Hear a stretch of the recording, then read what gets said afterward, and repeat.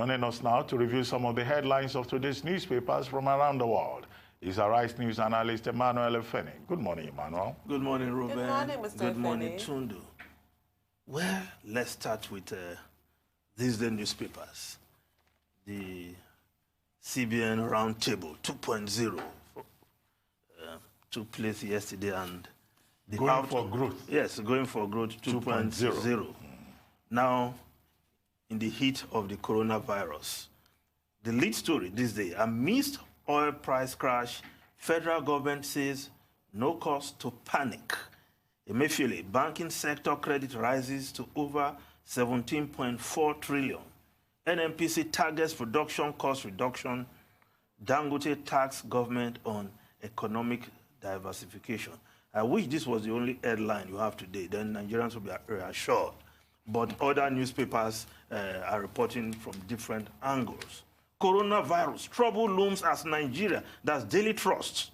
Coronavirus, trouble looms in Nigeria as 50 oil cargoes stranded. Lufthansa cancels 23,000 flights. We are not taking things lightly, CBN. I'm sure anybody who reads that will not all be so assured after all. Then the Daily Independent. Coronavirus declining oil price. 50 Nigerian crude oil cargoes stranded in international waters. That's from NNPC. Nigerian equities market investors lose 1.410 trillion in 3 days. Then the Nation newspaper. Dangote loses 240 billion naira in 5 hours to coronavirus. Yes, I remember during the stock market crash some years ago, Dangote lost as much as $2 billion, yet he was unshaken. And yesterday, he lost this amount due to the crash in share prices, 240 billion, but he was unshaken yesterday. You saw him addressing the roundtable yesterday. Now, the situation in the light of this declining oil price, the coronavirus, given the fact that we are still talking about one index case in Nigeria, we should have been sitting pretty relaxed.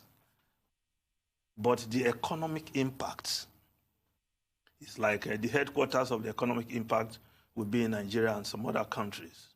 Can you imagine? Isn't that so sad? If you don't catch it physically, yes, you catch it economically. Yes, it's like, of course, because we have not done what we ought to have done in years past. Yes. Efeni, you are a newspaper man. Yes. So it looks like it's only this day that is giving an optimistic account of what is going on. Yes, because the editors decide to look at the bright side of things. Because from that... Well, if you look at other newspapers, you know, they seem to be saying that indeed there is need for panic. Yes. I mean, in the last 3 days alone, the stock market has lost over 1.41 trillion. In 1 day alone, on Tuesday, the Nigerian equities market lost ½ trillion naira. Now we have about 1.41 trillion naira that has been lost. And before you joined us, you know, I had made the point that we need a certain sense of urgency to address this crisis because, you know, uncertainty has deepened, right? The CBN has not yet said anything. You know, the major outcome we got yesterday at that consultative roundtable is that the CBN will do something. The Minister of Finance told us not to panic. The GMD of NNPC says we will take measures. But he was the only one who was sort of... A bit truthful. Yes. You know, but he also said... He had nothing he didn't have direction to give anybody, but he issued some stock warnings. He said we're going to cut costs of production. How? He didn't tell us. You know, he says we have cargoes that cannot be taken. There are no off-takers because there is a demand and supply crisis in the oil market now. So we're saying, I mean, we're not the economists. We're not the ones in charge of monetary policy and fiscal policy. Can we have some quick thinking? Can we have some quick ideas and some actionable points that Nigeria can act on, so that we can see, as countries in Europe and Asia have tried to prepare, and in Africa, Rwanda, because if you say Asia is far away, Europe is far away. How about Rwanda? Rwanda has taken some proactive steps, and I think that what remains, we all know the situation, whether some people say don't panic or some people say we should panic, the situation is bad. The people in charge of policy direction and in charge of the instruments, can they take certain steps? Because now there is a capital flight, there is speculative acquisition of foreign exchange. Yes. Some other countries have taken some decisions, including Russia, about their foreign exchange.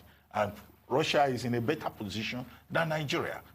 So, I mean, when you tell me about Nigeria beyond oil, economic diversification, these are the same platitudes. They are sloganary phrases. Yes. If I heard that diversification one more time. But I was thinking that this is a time we should be hearing more from the Economic Council, because they are supposed to be a think tank. This is the point I've been making. Where are they? What was the point then of setting them up if they're going to be sidelined in this fashion? Sideline or silence?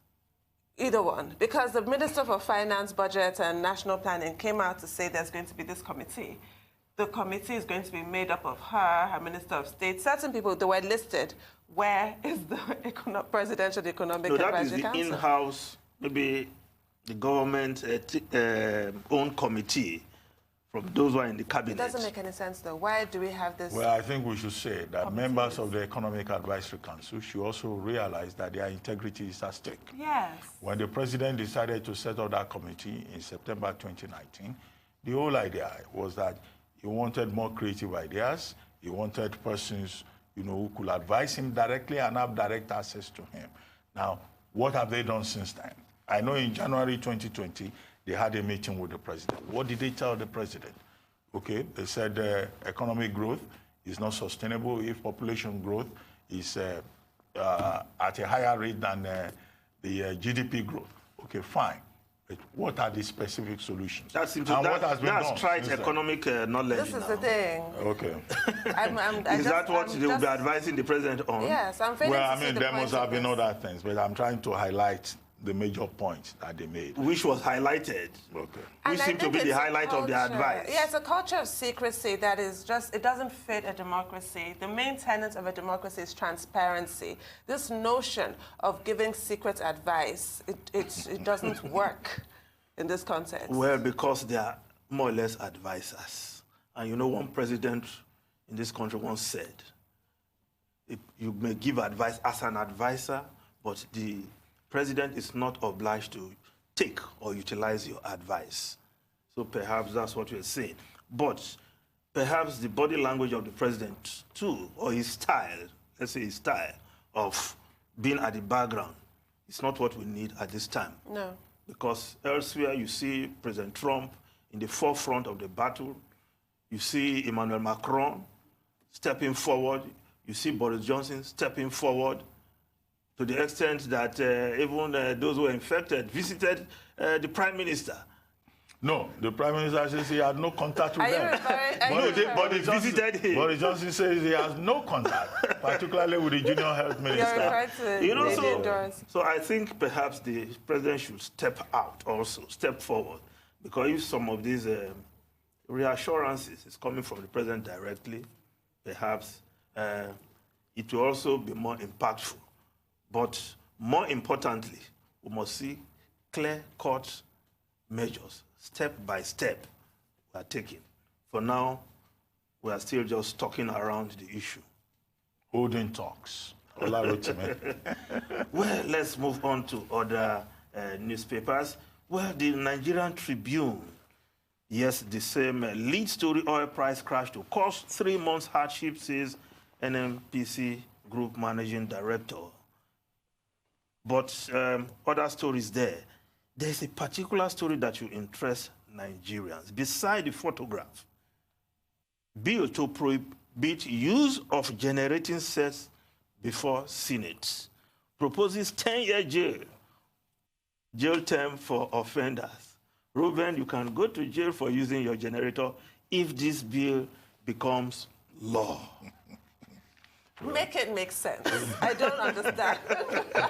I'm completely flabbergasted. Sometimes I wonder what some of these legislators are thinking when they come up with drafts like this they call bill. And this is sponsored by one of the few women that we have in the National Assembly. Surely I didn't want to go to the women's side. I have to. We expect better She's than a legislator. This. We expect better than this. When we're not represented enough, this is what you come out with. Oh my It's not a gender issue. Tundu, for me. Tundu, you are the one ambassading women now. I have to. We men are supporting women. We can do better than whether they bring good bill or bad bill. It's not about gender. It's about the fact that you have many comedians in the National Assembly.